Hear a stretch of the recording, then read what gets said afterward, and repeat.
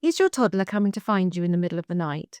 I know only too well how this can turn into an exhausting cycle of broken nights. But after years of helping families as an all nanny, I've come up with a 2-step strategy that can help your toddler's nighttime wakings. And I know they really work. But stick with me to the end, because the single most effective technique is often something that 90% of parents miss. And it could be the game changer that actually allows your family to have the uninterrupted night's sleep they deserve. So part 1 is dealing with your current toddler's nighttime wakings. Now, if you're watching this video, I am safely assuming that you are already battling with nighttime wakings. So what do you do if your toddler consistently comes and wakes you up in the middle of the night? Well, when managing toddler nighttime wakings, I have 2 golden rules. And the first one is repeat, repeat, repeat. No matter how tired you are when your toddler wakes you, it's important that you take them back to their bed. You do this calmly with a calm voice. You resettle them and you reiterate that they need to stay there. And if your toddler comes and finds you again, you repeat the process again and again if need be.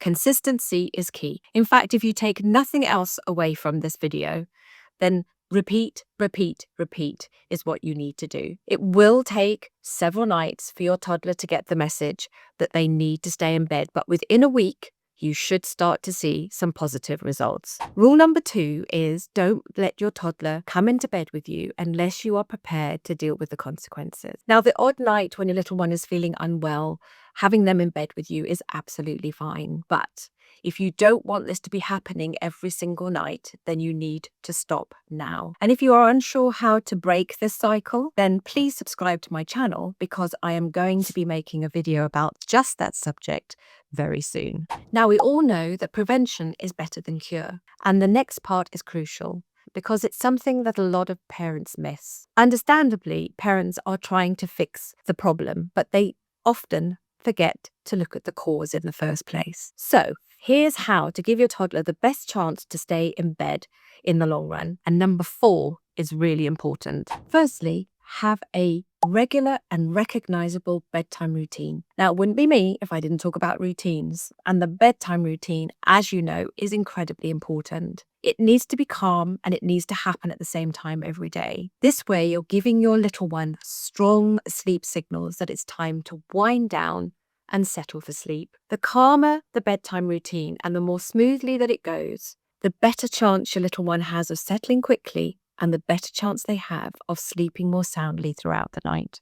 Number 2 is use a toddler alarm clock or positive reinforcement tools. Toddlers have no concept of time, so you saying you need to stay in bed until morning really makes no sense to them and can be quite confusing. So giving them a visual aid like a toddler alarm clock that changes colour when it's time for them to get up is really helpful.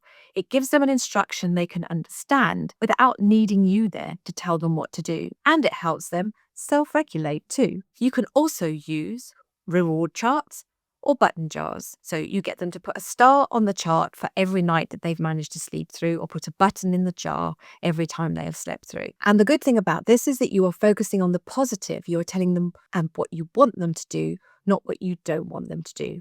And you reward them after, say, 4 or 5 successive nights of not waking you up with a special activity or a special outing. Now, the third thing I'm going to mention is something that's very common and can often disrupt your toddler's sleep and make them come and find you, and that is addressing their nighttime fears. Toddlers between the ages of 2 and 4, and sometimes a bit older, will develop nighttime fears. Their imagination is starting to go wild, so they will develop fears of the dark or fears of things under the bed. If you would like to know how to address this and help your little one feel more comfortable and more at ease in their sleep space, then watch this video. And now we come to number 4. The all-important one. Teach your toddler to fall asleep independently without you. The most critical factor in ending unnecessary nighttime wakings is to teach your toddler how to fall asleep independently without you. After all, if they need you to fall asleep at bedtime or nap times, then they are not going to be able to go back to sleep when they wake up in the night. And this is something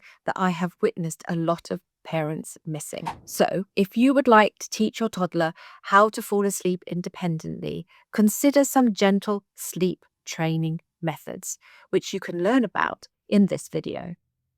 I have also linked all my age-appropriate sleep schedules and my month-by-month sleep training posts in the description box below. So you'll have all the tools that you need to put an end to those nighttime wakings for good. Thank you so much for watching. I'll see you in my next video.